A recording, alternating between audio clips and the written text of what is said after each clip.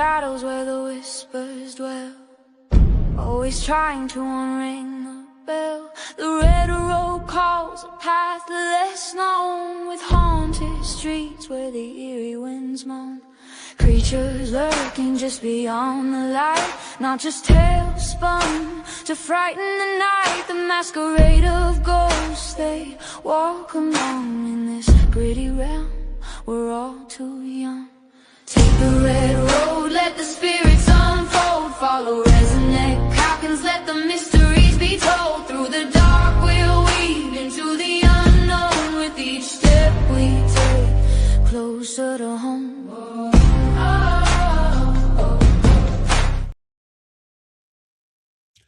Welcome back to Red Road Paranormal, everyone. It's your favorite RezNeck here. Before we get started, I do want to ask you guys to say a prayer for two people out there. First one would be for Miss Gwen Johns, my producer and a good friend of mine. She's going in for shoulder surgery tomorrow, so please, if you could, keep her in your prayers for a speedy recovery. And again, a little update on our little friend Wyatt. I remember I brought him to you guys' attention a while back about this little boy having stomach cancer. Please pray for him because it's starting to spread. It's gone into his liver, his kidneys, and it's showing up in his brain. Again, this boy is only 5 years old to have all this stuff going on with him. So please, if we can get, the community to pray for this little boy, hopefully a healthy recovery, and he can beat this and live a nice long life. So please, prayers for Wyatt. With that being said, next step is, let me introduce my guest, Mr. J.D. Hill. Come on up here. Hey. What's up, buddy? How you doing? I'm doing all right. How are you? Good. I've actually been looking forward to this for a while. I've been wanting to chat with you for, I don't know, we've been friends on Facebook for a couple of years now. Yeah. So this is an honor for me. So thank you for coming on. Yeah, thanks for having me. It's my pleasure. So, hey, Kimmy. So those are my followers and friends that are tuning in tonight. Why don't you tell them a little bit about yourself? Oh, my name's Jay Hill, and I am a podcaster. I've got 5 different shows that I produce and manage myself. Nice. I also am a psychic medium, paranormal investigator, speaker. I kind of do it all. But yeah, I'm more focused on my podcast shows and whatnot. I'm working on trying to raise funds for my documentary films, which I hope to have, get going this year, because I really want to. There's some places that I really need to get down to, like Gettysburg and places like that I'm working on, trying to tell some stories that haven't really been told, but some good heartstring stories. Nice. Also working on a book that it's gonna take. It's been in the works for like 2 years, but I'm still plugging away and trying to, anyways. And I've got some other things in the works, and so awesome. I'm busy. Awesome. I hear you. With me, with the day job, I don't have much time to get out that much anymore. So I feel the fact of being busy all the time and having all these projects you're wanting to do, it's hard to find time. It is. I mean, especially when you're doing podcasting and managing and producing your own shows, it can be a little overwhelming, So. Oh yeah. So you mentioned Gettysburg. That's one of my bucket list places. I've yet to be there. I'm dying to go. Yeah. Oh yeah. So have you ever been out to the Bash at all? I have not. I have distant relatives that are connected to Gettysburg, okay, on the Confederate side. So, it's something that I've always been fascinated with and kind of drawn to and whatnot. But just something about Gettysburg, Yeah, I feel you. There's a calling there. Mm-hmm. There's a reason for it. I know there's a lot of locations across this country that I'm called out to, and yeah, Gettysburg is one of them. You know, I'd love to go to just the bash to hang out, but I think I'd want to go a separate time to actually get do some investigating and see what kind of stories I can uncover out there. I hate to do this real quick, but I accidentally locked my wife out at the door, so I got to go let her in real quick. I'm so sorry. You don't need to let her in. Yeah. So while he runs and lets the wifey in, everyone, I hope you're all having a great night. It's a beautiful Tuesday. So, but why don't you guys get this chat going and see what we got going on? I see Nathaniel's in there. What's up, buddy? Miss you, love you. Can't wait to be on your show. Was it next month already? Looking for it. Lee, love you. I don't have any commercials. Unless Sean's got anything for the network he can run. Got no problem with that. Hey, Christy. How we doing?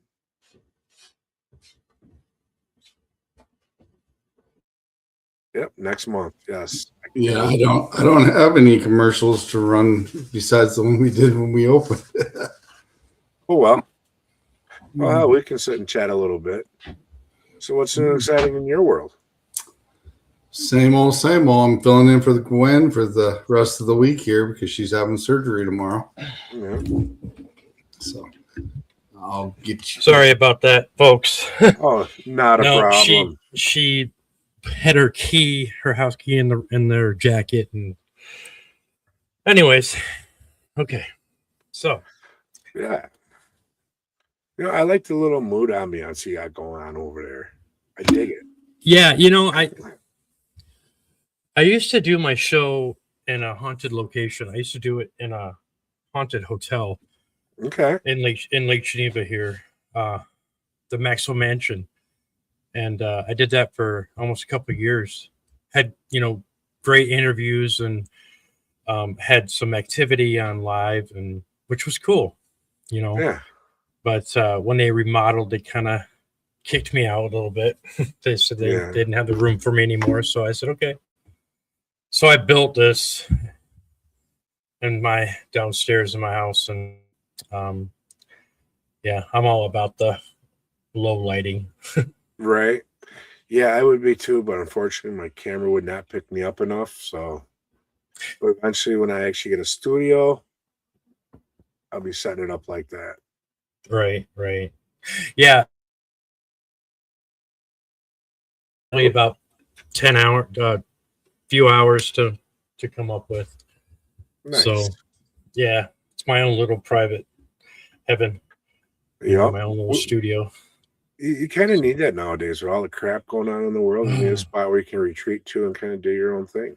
Right. Yeah. I need a little getaway space, which is what I kind of created. And having done so many different paranormal shows and different podcasts and stuff like that, I've gone through half dozen mics and cameras and lighting, and yeah. So I was thumbing through Facebook the other day, and if I'm not mistaken, you have something coming up at Broadhead in the future.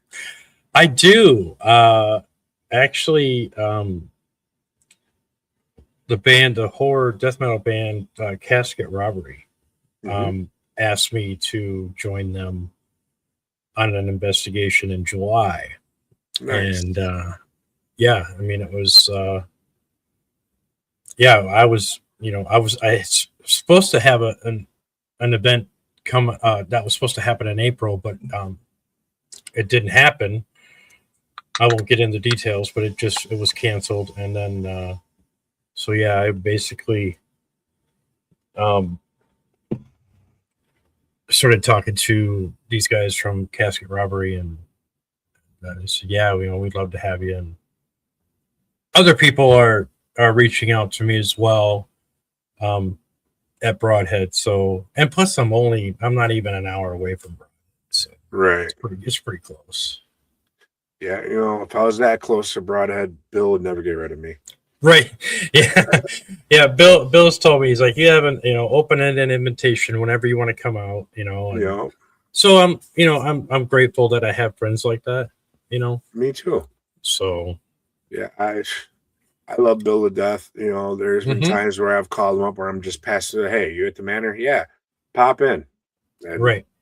detour right on over, go hang Mhm. out for the night. Yeah. You Yeah. know, that's one of the brothers. Mm-hmm. Oh, So, yeah, definitely. mhm. So what got you into the world of paranormal? I would have to say that I didn't really get into it. It kind of got into me. Okay. So, me being who I am and knowing that, I wasn't so much that I was fascinated with paranormal, because I kind of was early on. I remember reading books in like third grade, where my first book was Ghosts by Daniel Cohen, and I read that from cover to cover, and that Okay. was, I'm old, so that was way back in the day, but that Well, was kind of like, you're not that old, buddy. We're right around the same age here. Come on now. I call myself an old man, yeah. After trying to mow the lawn the other day, yeah, I'm an old man. So Huffing and puffing out there, weren't we? yeah, it took me like 3 hours to get the yard done. But anyways, so yeah, I really I loved reading, and I love the paranormal, the ghosts and everything, and you're gonna laugh, but what got me into ghosts and all that stuff was Scooby-Doo. I can see it. I grew up, I remember, I have a great memory. Can remember back to when I was 1, and when I started watching TV, Scooby-Doo was one of my favorite shows. That and the Three Stooges, and so yeah, I just was fascinated with, I don't know what it was, but it was just the whole spookiness and all of that. Well, come to find out later on, I had some instances with the paranormal, with seeing a full body apparition when I was 16, and in a house actually I lived in down here where I live in Lake Geneva downtown, which is now a sushi restaurant, and so yeah, it was one of those things where it wasn't that I was into it, but I wasn't like so into it, but it was more into me because I would run across it more times than I could count. It would just everywhere I would go, or everywhere I lived, even getting older, I would live in different places. It was occupied, if you know what I mean. You know what I mean? And that transcends even into places that I've worked. Have same thing. Yep. And I deal with that on a daily basis. I hear you. Yeah. So, which is cool for me because I am a medium, and I already know what's there. You know what I mean? If they usually kind of show themselves to a certain degree. I'm one of those people that can drive by an old house that draws my attention, and I'm like, yeah, that there's something there. Yep. I know exactly what you're talking about there. Yeah. Even when I'm not looking, there's been places that I've driven by that I see things that I probably would rather not. Historical things that have happened, bad things that have happened, and that's kind of puts it on my radar. So yeah, I don't get the joys of seeing the things that often. But I do know how they call out. Different locations will call out to you. Driving down the road, and next thing you know, you're just staring, glazing at a particular location. And you're like, yeah, there's something there. Well, you've been through was it Palmyra? Mm-hmm. Okay, there's an old building downtown in Palmyra. Yep. Me and my wife drove down there one time when we were just driving around, kind of doing the sightseeing, like just taking a Sunday drive, and we decided to go further up north, and we drove down Main Street, and I drove by that old brick building, and I was like, holy cow, and it just was like, and there's a bar in there and stuff, and I contacted them on that, probably 3 years ago, I contacted them, and wanted to get some more information if they would ever let somebody come in and do an investigation. I never heard anything back, but Yeah, it seems that when you contact places like that, there's a lot of closed-minded people out there still. They just don't want to accept what's there. yeah, that's true. It's true. Because there's some locations I've reached out to and go, man, I know there's something there, and you don't hear nothing back. Right. Or you get the, you're funny. Right. It's funny. I have a story that this place that I worked at was an old country club, and it had I'm O negative blood type. Oh, I don't know. I think I'm AB actually, but I really don't know what blood type I am. But anyways, this place is I was got a job at this place about 2 years before. Somebody sent me a message when I used to have Wisconsin Paranormal Research Team that this place was haunted and you should go check it out. And I had a researcher and a person that contacts people and asked if they wanted to let us come in there to investigate and whatnot, and never heard back. And I was like, okay, whatever. A couple years later, I ended up working there as a cook.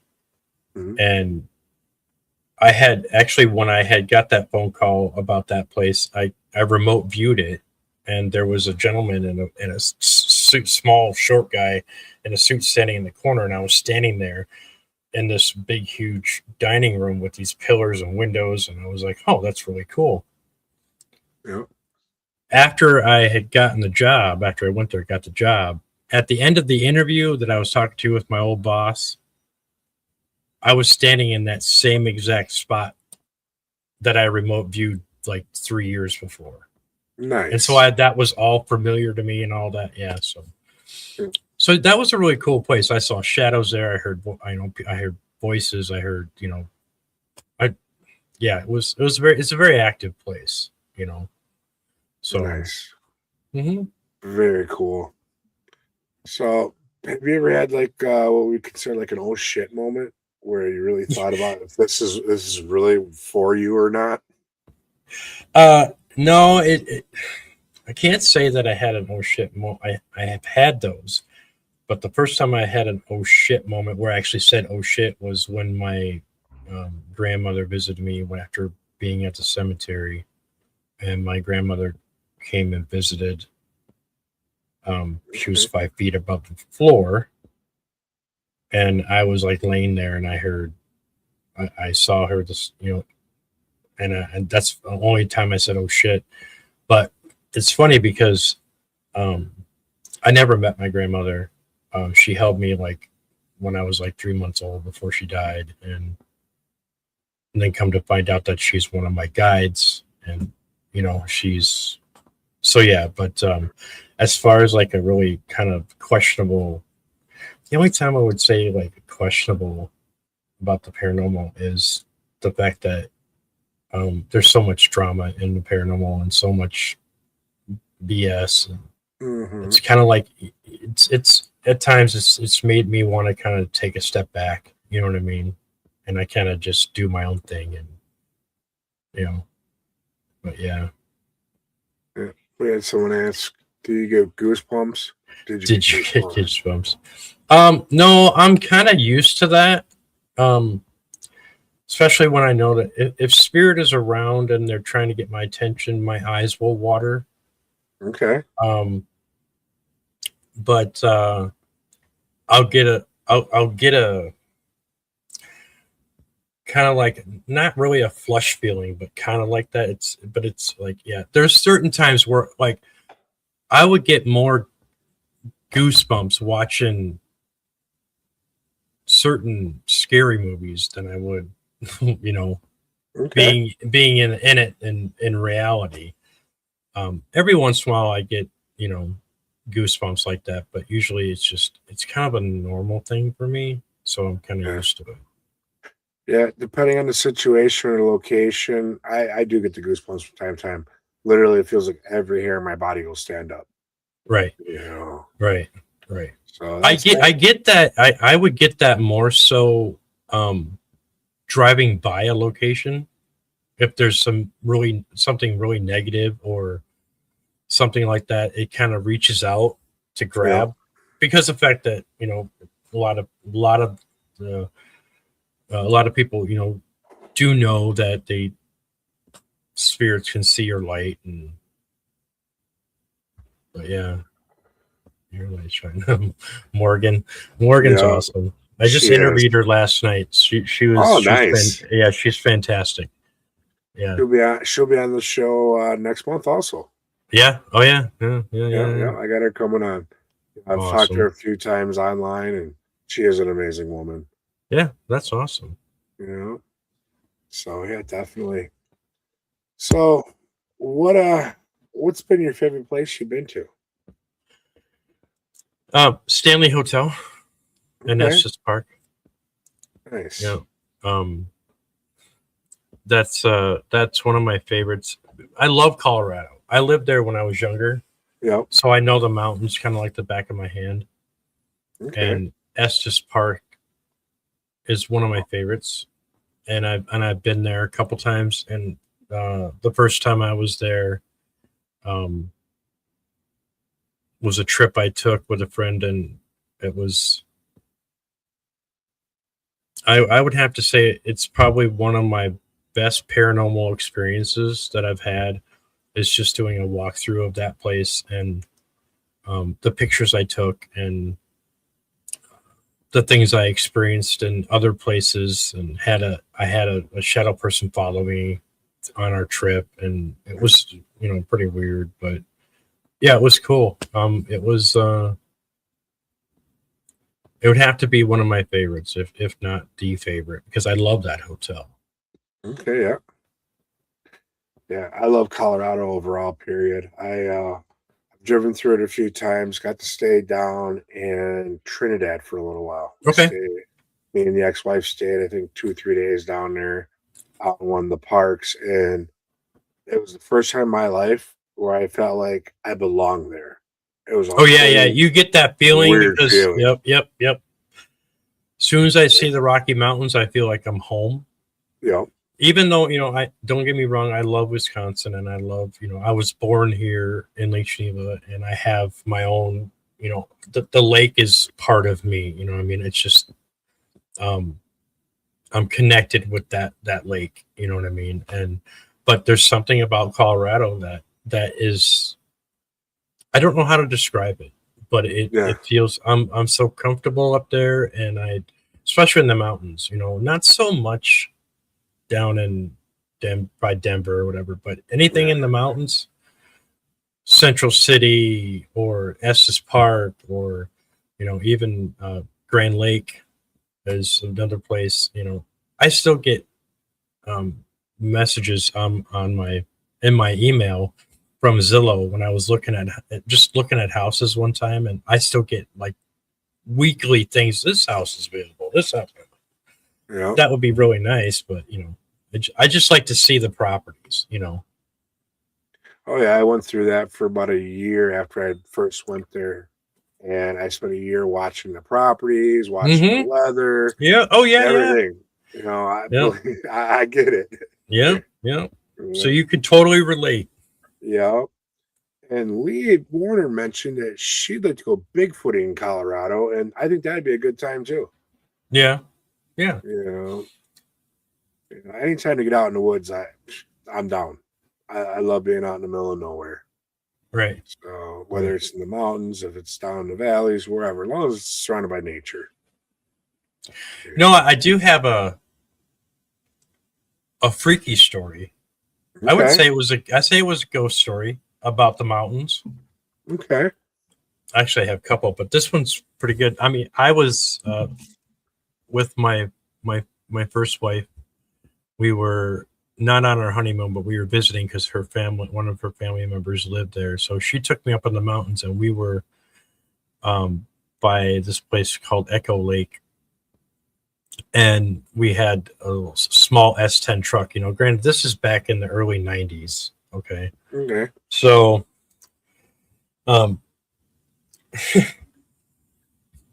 we went up there, and it was a full moon, and it was like there was a small campsite there that was kind of nestled in the woods, and this and that, and we decided to kind of hang out there and have a little campfire or whatever, and just sleep in the back of the truck, and there was a car that was parked on the other side that was stuck, or it was kind of muddy, and so it was trying to get out, and we could hear him try to get out, and he was not having any luck, and it sounded like an old Datsun. It was really loud and this and that, and it was really weird, and we were sitting there in the back of the truck just talking, and then we saw this silhouette, of this guy walk over to us, and we can't see because it's pitch black except for the moon, right? And all you could see is a silhouette, and he kind of was like, "Hey, how's it going, guys?" And it's like, "Yeah, he didn't even, I don't think he said his name, but it was just really weird. It was really weird out of the sense that he just started talking to us. We could have been some crazy people, and but anyway, right. So he started talking, and it was weird. The conversation got really different and got really weird, and talked about the lake. And he's like, "Oh, if you want to go fishing in the morning, we should go fishing." And I'm like, "Yeah, sure." We don't have any poles. We don't, And he's like, "Yeah," and it was just got this super creepy, weird vibe, and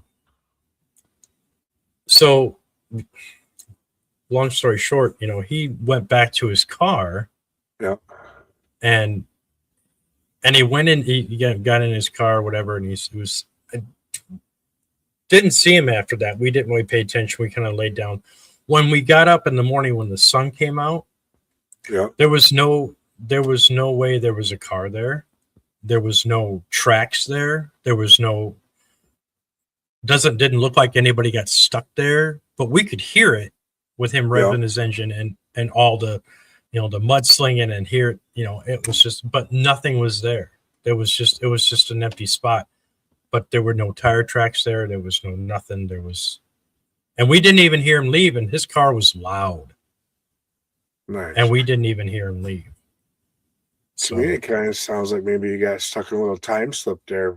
Back kind of, because, I mean, it could have been totally, but it was just bizarre when we woke up and we're expected to see that guy still sitting there, because he was probably, I don't know, maybe 30 feet away, and it didn't look like there was a car there. It didn't look like, we would have heard him leave, definitely. Yeah.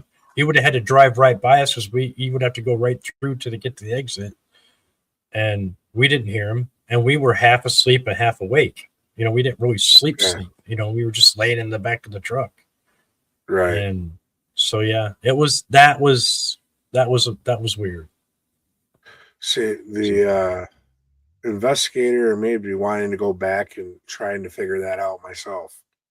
Go back. And at that time, I wasn't actually. We chalked it up as that's really bizarre, and that's a weird scenario and this and that. But we left it at that. If it would have been something that happened to me last week, I would have been like, oh, I would have been all over that. Like, right. I would have been like, did his car go back in the embankment? Did his car, where did he go? Where are the footprints? Where, yeah. So, but that was one of my first experiences in creepiness in the Rocky Mountains. Interesting. Yeah, that is kind of freaky. Mm-hmm. Very interesting. Yeah, that you having stuff like this happen to you, we need to hang out. That's all I can say. Yeah. Don't threaten me with a good time. Yeah, right. So what else are you up in? What are you into? Not really too much. Like I said, I kind of just focus on my podcast, and I'm just I don't do a lot of research anymore, because if I get invited someplace, I want to be able to do it cold. You know, I want to be able to tell, you know, what's there without, you know, getting any, you know, information. Save notions.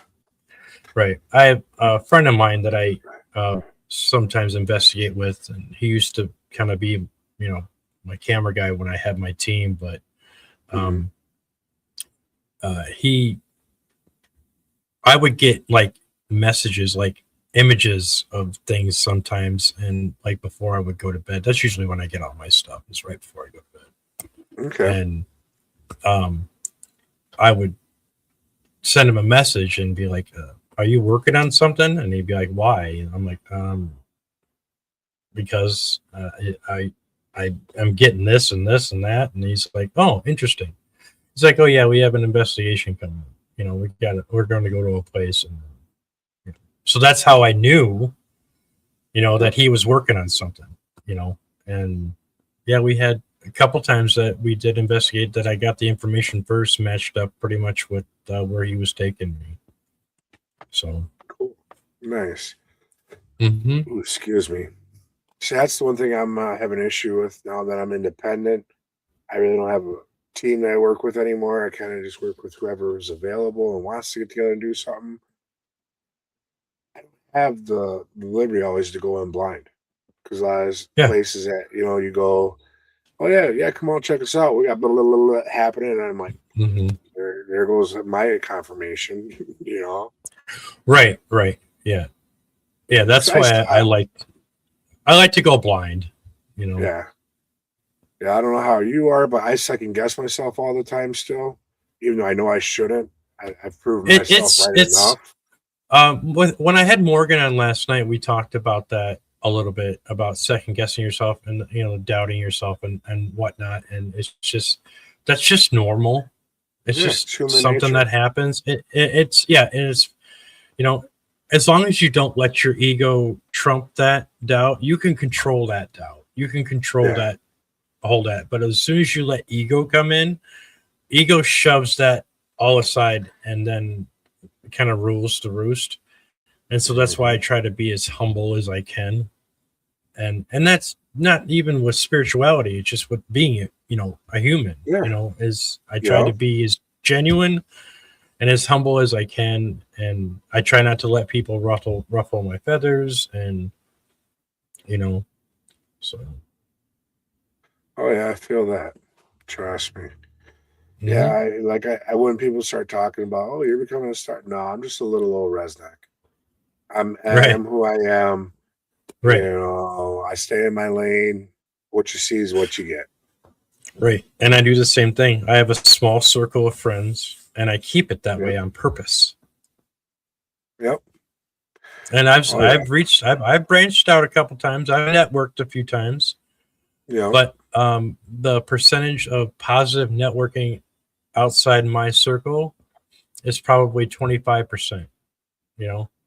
Yeah. You know, so this other 75%, not so much. The biggest thing is you got to find someone that's in line with the same goals and theories that you are. Right. And that's hard. My frequency has to match up with somebody else. Yep. So. Yeah. And that's a tough one too, because of us being mediums, we vibrate at a higher frequency than your average person because of what we do. So it doesn't always mix right. Right. And a lot of people don't realize too is that, you know, being gifted and intentionally, you're not necessarily intentionally lowering your frequency, but when you follow the drama and follow the BS and contribute to all that lowers your frequency, because you're lowering yourself below the plane. And then that's when you get frustrated. That's when you doubt yourself more. That's when your ego comes in. That's when all this stuff. So keeping yourself in genuine mode and not paying attention to the static, which is, I have a saying, is rise above the static. And I need to make a t-shirt of that. You know, rise above. I can help you with that. Yeah. Okay. Rise above the static.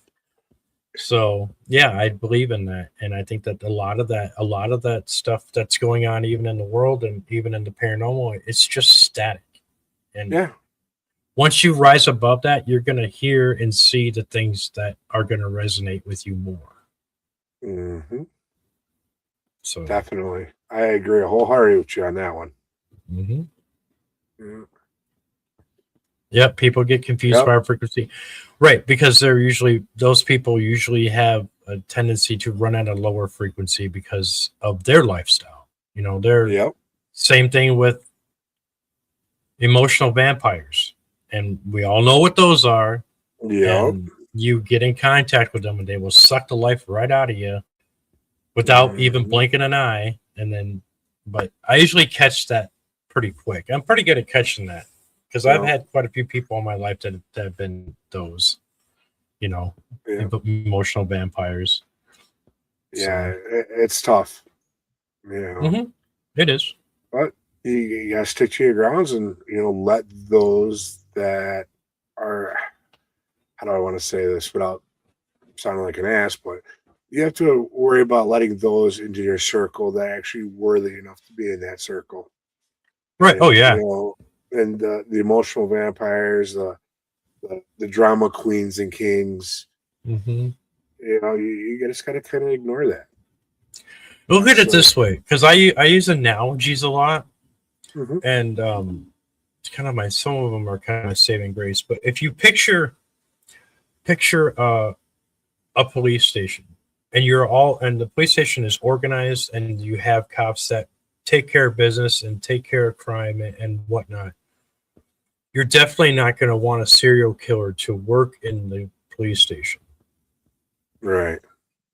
So that's the way I kind of look at it. I mean, there's certain institutions and you being a person is your own institution. You don't want to allow that to come into your circle, your energy circle, or your, buildings, your building. And yeah, so I'm very protective of that. I'm I'm very aware. I would have to say in the last 5-10 years, I've become more aware than I ever have in my entire life. Not to say that I'm woke or anything, because I hate that term. Right. But, I'm awake. I see you, that type of thing. So yeah. Now, you talked about, protective bubbles and all that. Now, do you bubble up before you go on an investigation at all? Every time I leave, right before I leave the house. Yep. Every single day. And I had to do that because before I would do that, I had a vehicle that I purchased, and I knew that there was something odd about it, and there was something in it, and I couldn't figure out what it was. And I come to find out it was a person that committed suicide and was stuck in the vehicle. Okay. And I didn't realize something kept telling me, don't buy this vehicle, don't do it. And I didn't listen. And it's what I wanted. I want. Yeah. And one day I was on my way to work and I got jumped. I got jumped by this spirit, this entity, and I felt everything that this person felt, including the anger, the frustration, the hatred, the grr, the whole 9 yards. I had to stop at a Quick Trip, stop and park my car, and then do praying and do all this stuff to just get this off of me. And once it was off, I was like, yeah, you can never do that again. You're not allowed. And right after, probably about a month or so after that, I got rid of the car. I said, okay, I traded it and I didn't want nothing to do with it. And I just bought it like not even a year before.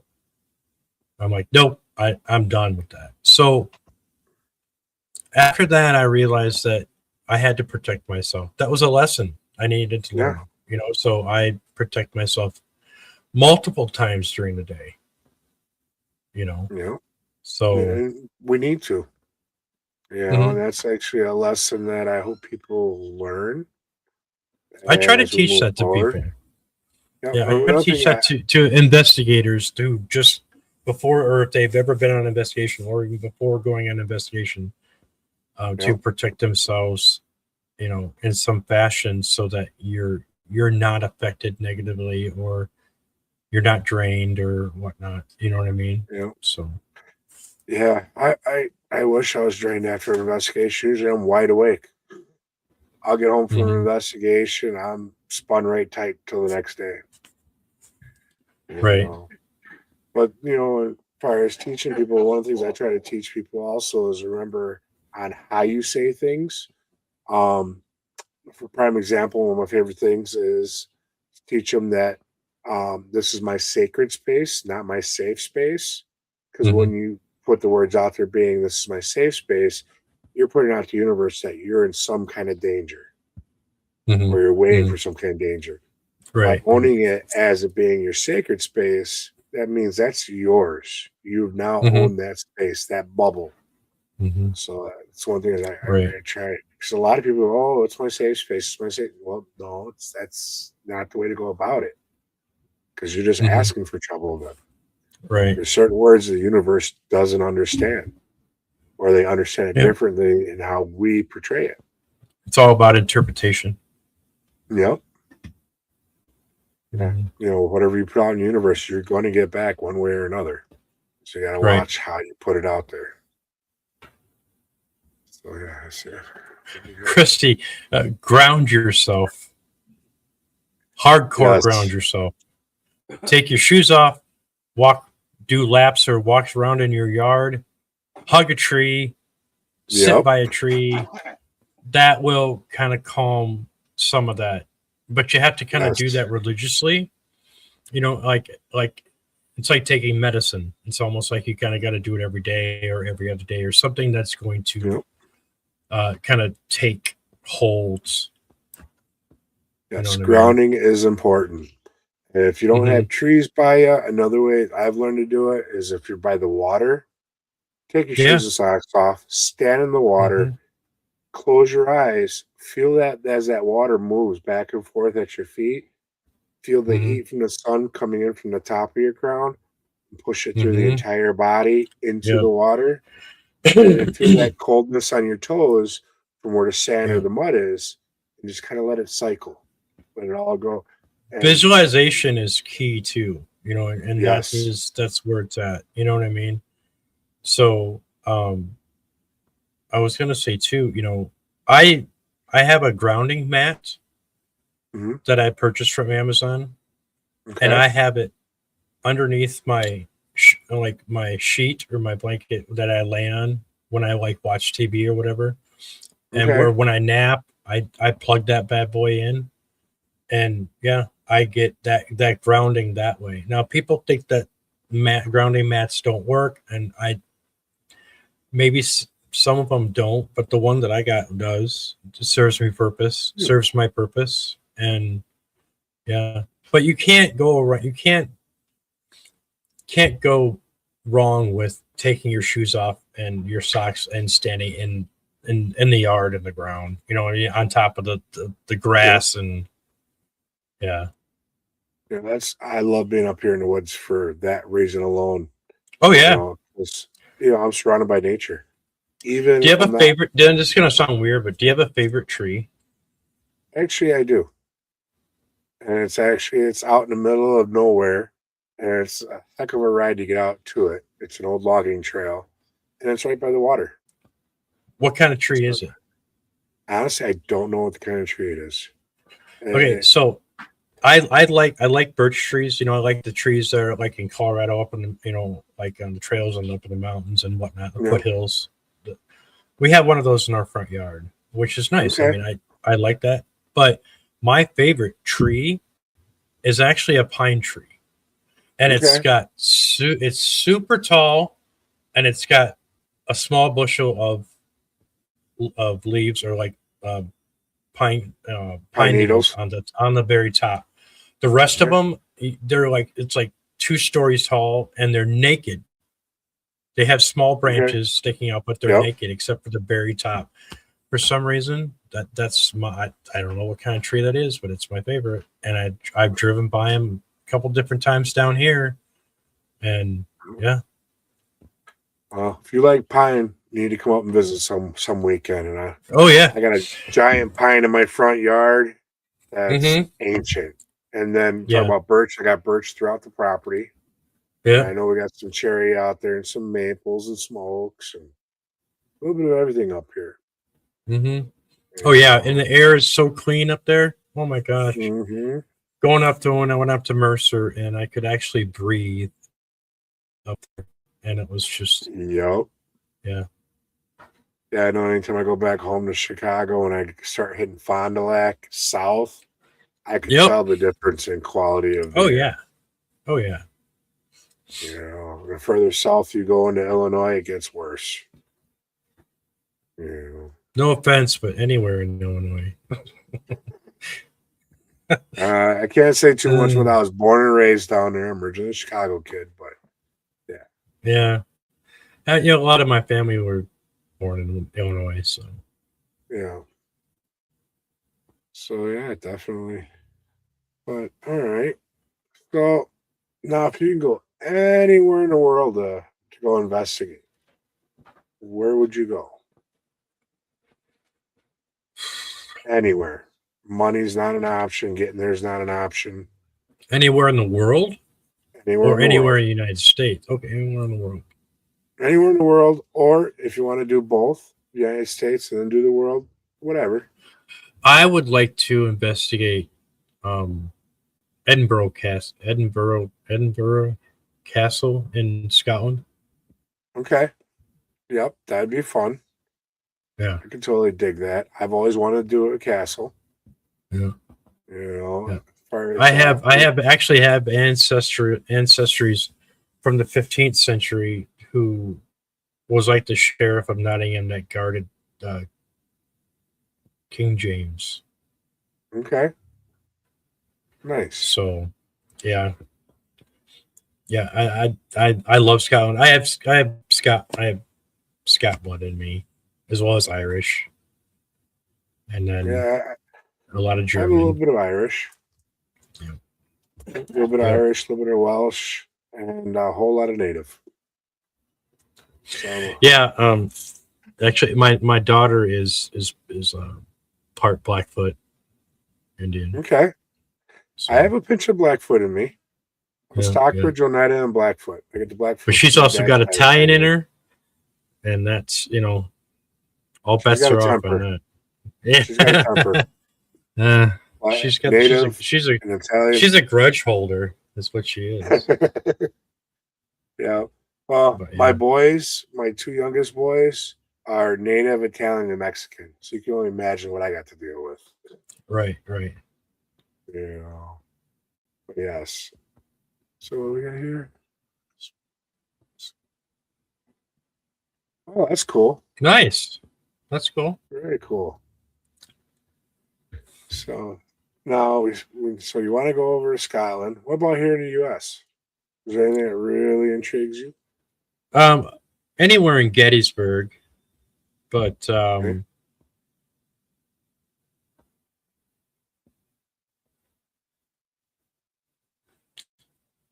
I don't know. I really.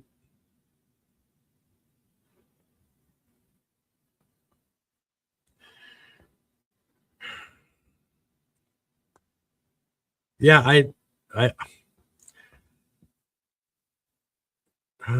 what is it? It's in Nevada. Virginia City. Okay. There's a lot of places in Virginia City. That'd be fun. Mm-hmm. I could dig that. Yeah. As the chat knows, everyone that follows, my biggest places, I want to go to Alcatraz. I want to spend 30 days on the rock. That was popping in my head too, but I'm like, why am I thinking Alcatraz? And I know how crazy that would be, but yeah, you must have been thinking of it, and I was hearing it because that's that would be list. pretty cool too. But yeah, I mean, there's some places in Chicago like the Congress that would be cool. You know, the Drake would be cool. I'd love to get a chance to the old Excalibur Club. I think that'd be awesome. Mm-hmm. Yeah, that building, that's another one ever since I was little I've been drawn to. Yeah. Yeah, we used to do a lot of work with the Rock and Roll McDonald's down there in downtown Chicago, and that's literally across the street. Remember Right. being a kid, standing in the Right. parking lot, just staring at that building and not knowing why. That's part of Yeah. a document that I want to include in my document series is the mobster scene, back in the day. Yes, I am totally drawn to that. Now, as we Mhm. were talking about up north, what was it, Little Bohemia? Is a spot I'd like Yeah, to I check got out. pictures of every single bullet hole of that place. Oh yeah, when I was Mhm. there, I took a ton of pictures, and yeah, that was crazy. That Yeah. actually had some activity, but it's not haunted per se. It's weird. Yeah. It's not. It's got some residual energy there, but it's not Hmm.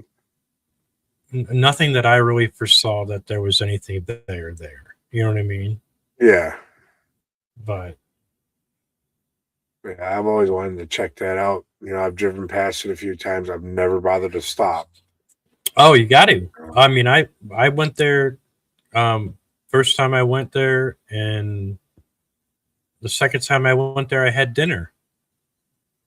Nice. So How was the food? yeah, I'm a foodie, it was so all how was right. it? It was good. I had prime rib. It was. I would say, I would out of 10, I'd give it a 7. Okay. So it wasn't too bad, but it was Nice. cool because of I could sense and feel the residual energy around that place. You know what I Hmm. mean? I could sense all that. And when I walked in the room that had all the shotgun bullet holes that went through the window, went through the wall,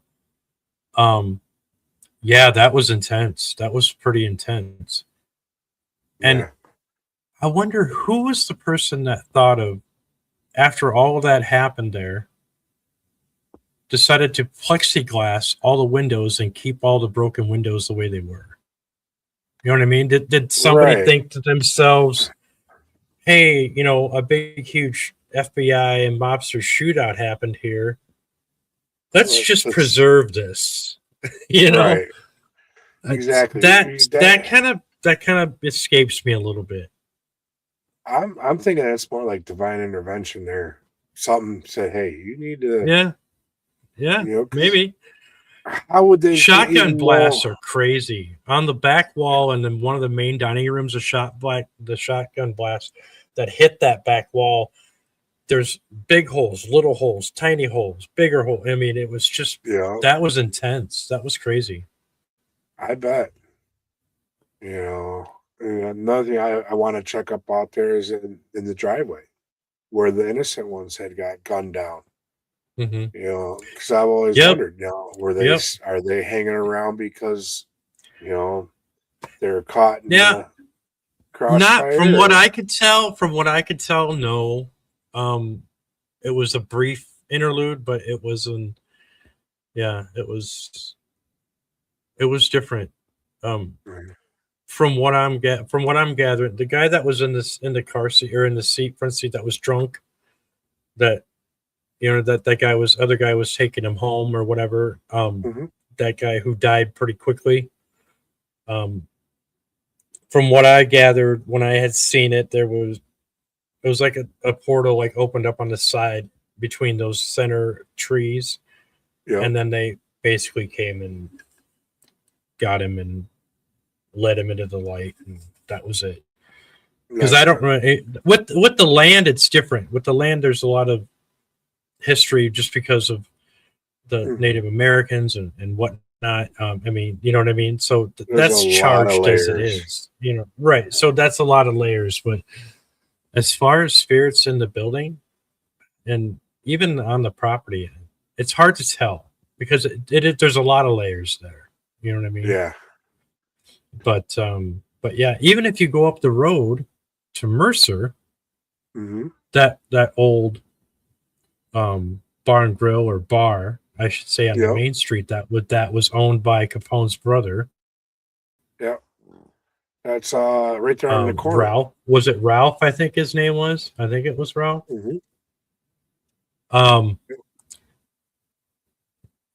more about this mobster place. Little Bohemian. Yeah. Yeah, We that's look. You can look it up. that's in Manitwish Waters. Yep. So Manitwish Waters in Wisconsin. Yep. Okay, yeah. So what's that highway that you take straight up to? Because you got to go by Madison. Yep. And you got to go by the Dells. You got to go way past. I go past Wausau. Yeah. So I'm trying to. I want to say that's not 5. That's I don't know what highway that is, but yeah. If she's in Chicago, if Pam's in Chicago, then she could just come up from Chicago, get on 50, and take 43 all the way up. Was it 43? That's what I'm trying to look up right now. She could take 43 all the way to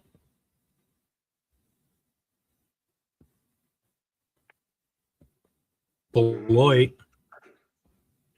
Yeah, and then you end up on 39 heading north. Yep. And then that'll take you straight up past Manitwish Waters and Wausau and 39 and 90. into 51. 39 to 90. Yep. Yeah. Let's see here. Yep. Yep. When you get into Wausau, it'll be 39 and 51. You stay on 51. 51. All the way. That's what it is. Yeah, 51. I knew there was a 5 in there somewhere, but it's been a while since I've been there. Yeah. But Little Bohemian, and they've got good food, and they do tours because they still have a lot of not a lot, but I mean they had Dillinger's money bag was left behind. Some of his clothes, some of his toiletries. When they filmed Johnny Depp and Public Enemy, they shot. Yeah, they shot some of that movie there. He's got a picture there of himself and some other things, and so yeah, it's a known place.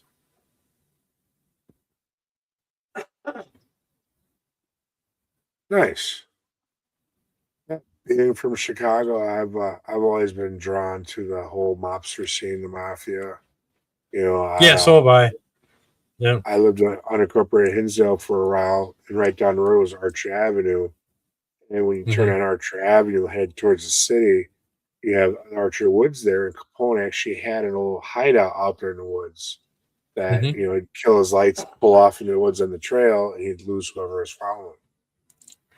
There's actually another supposedly Capone hideout on Spider Lake, which is right by Mercer.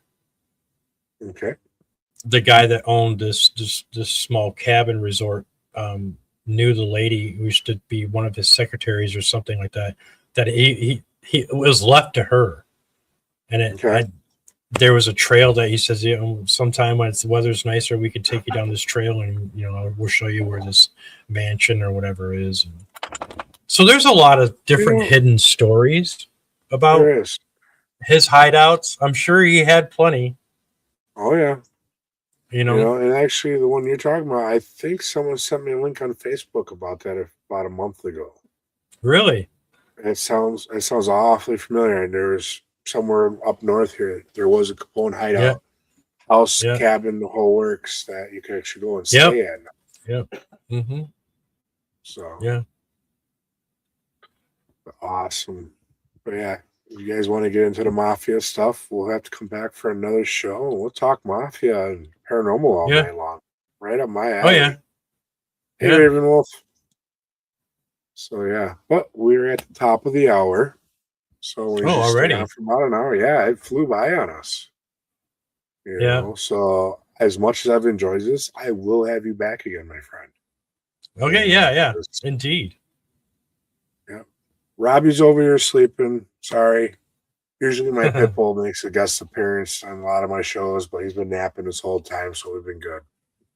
Right. So, one in Cudahy. I think I've heard about something. Yeah, the one in Cudahy. Yep. I heard that one. Yep. Yeah. So now, if anyone wants to get a hold of you, how do they find you? Shameless plug. Okay, well, shameless plug. Okay, so you can find me on Instagram under Studio 6 Media, or you can find me at Paranormal Diner on Instagram and Jay Hill on Instagram. You can find me on Facebook, J D. Hill on Facebook. I also have a spiritual page too, a mediumship page, and I have TikTok, Studio 6 Media, and Studio 6 Media on YouTube, and yeah, I think that's it. I've got a lot of different places. Sounds all like all my shows. I have like 5 different shows, but all my shows are based under Studio 6 Media on YouTube because it was just easier to do that instead of creating different ones for, you know what I mean, every different title. So it just made it easier that way. Well, I'll make and sure I'm my after own we boss. get off, right? After we get off, I'll make sure I go and subscribe. So okay, if that'd be you're great. Listening to this, I appreciate guys, that. like, share, subscribe, both Studio 6 Media, Red Road Paranormal on YouTube, and All Access. You know, by doing this, you're going to help us out a lot. It gets us more into the algorithm, gets us out more. And we greatly appreciate that. So, any last words from you? No, I just want to say thank you for having me on, and this has been a great time. Hey, it's been an honor. Good conversation. You know, yeah, I've really enjoyed it. Yeah, we try to keep everything to an hour. So believe me, I will have you back because I want to continue this conversation. Yeah. So all right, guys. Like I said before, like, share, subscribe. Prayers for little Wyatt. You know, he needs your help. Prayers for Gwen for a safe and speedy recovery from her surgery tomorrow. And, you know, remember, get out there and live your dreams today. Don't just dream your life away. And with that being said, I'm out. Peace. Love you guys. Takes away, Sean.